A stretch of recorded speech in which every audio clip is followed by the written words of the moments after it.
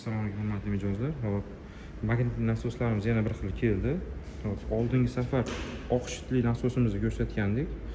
Bu shitli nasosimizda faqat 3 xil nasosi bor. 1.8, 2.2 hamda 3 kilovatlisi. Bizda hozir qizil shitli nasosimiz ham keldi. Buni hozir 7 xili bor. 3 kilovatdan to 9.5 kilovatgacha bo'lgan modellari bor. Bularning farqiga keladigan bo'lsak, oq shitli nasosimiz davlat tokiga hamda quyosh paneliga ishlaydi. Generator orqali ham ishlasanglar bo'ladi.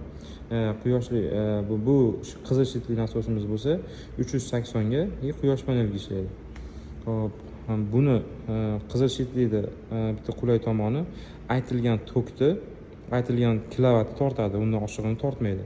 Hop, bunga keladigan bo'lsak, mana ikkitasini ham misol qilib oladigan bo'lsak, hop, bu nasosimiz ham davlat tokiga, ham generatorga, ham quyosh paneliga ishlaydi 220 ga.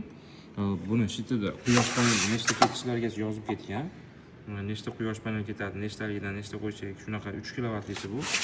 Hop, buni suv berishga keladigan bo'lsak, hop, 245 metr maksimal tushirsanglar bo'ladi. 245 metrdan hop 30 litr suv beradigan bo'lsa minutiga 1.8 tonna suv beradi.